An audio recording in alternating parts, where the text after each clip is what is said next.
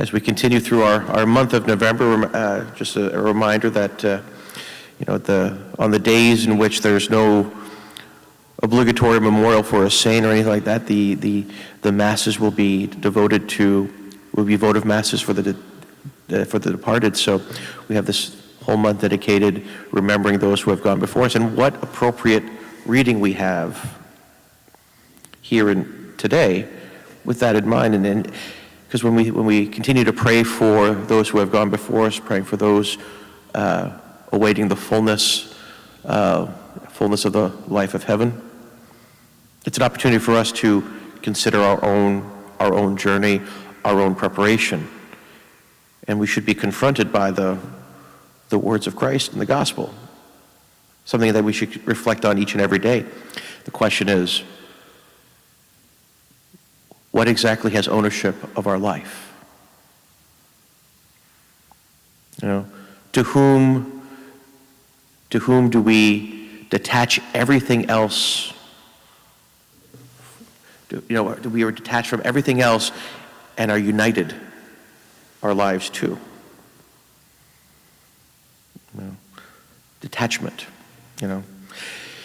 Now, some people take this in the most extreme fashion. That's why we have examples of the lives of the saints, like someone like Anthony of the Desert, who decided, okay, if I want to imitate Christ to the full, take this to the serious, all right, let me just divest myself of everything and go out to the most stark environment where I have no temptation except the ones that are there, as he found out, right? Not all of us are called to that life. Probably not all of us can probably live that life. That's probably most of us. But therein lies the struggle with, now we have living still in the world, so to speak, not like Anthony, where he tried to leave the world, and because what he found out, people were attracted to it and followed him, and it's like, oh gosh, I can't be left alone here, Here we are in the world. I'm a secular priest. I'm not separated. I have to operate in the world, but not of the world. And so the temptation is, because I have to use possessions, I have to use things in my day-to-day life, right? I have to own a car to do my work as a priest. I have to think about taking care of myself once I retire.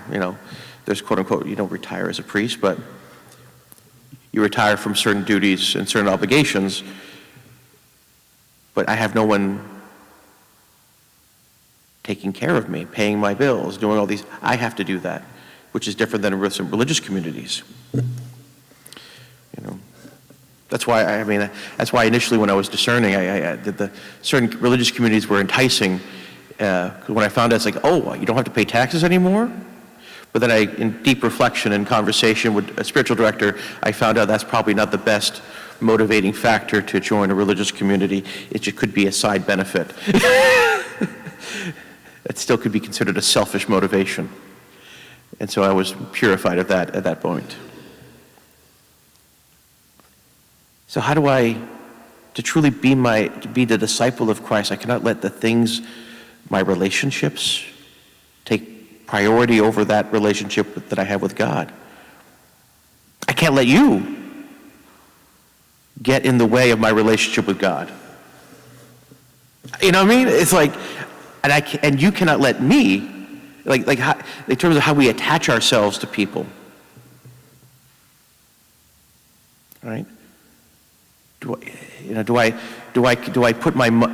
consider, how do I put my mother, my father, my brother, my sister, my nieces, my nephews, do I consider them before I consider the things I owe to God?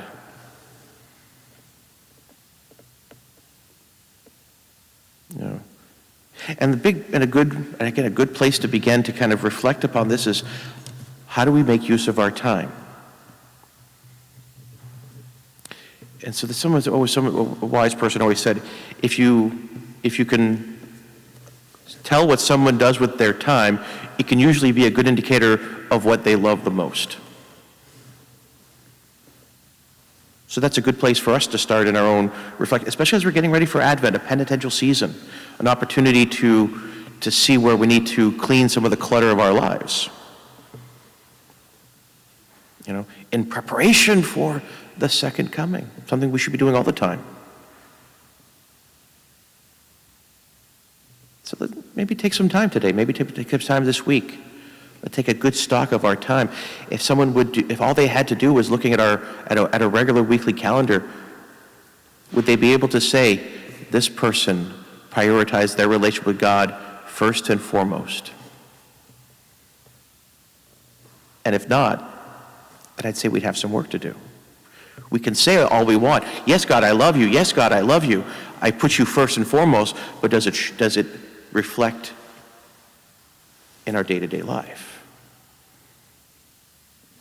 We each of us have to struggle with this in some particular way, and each of us have to work on that in some particular way. So let us allow the Lord to confront us as we remember those who have gone before us, who have done, some have done it better than us, some maybe worse, somewhere in the middle. And so we pray for those who are still needing purification.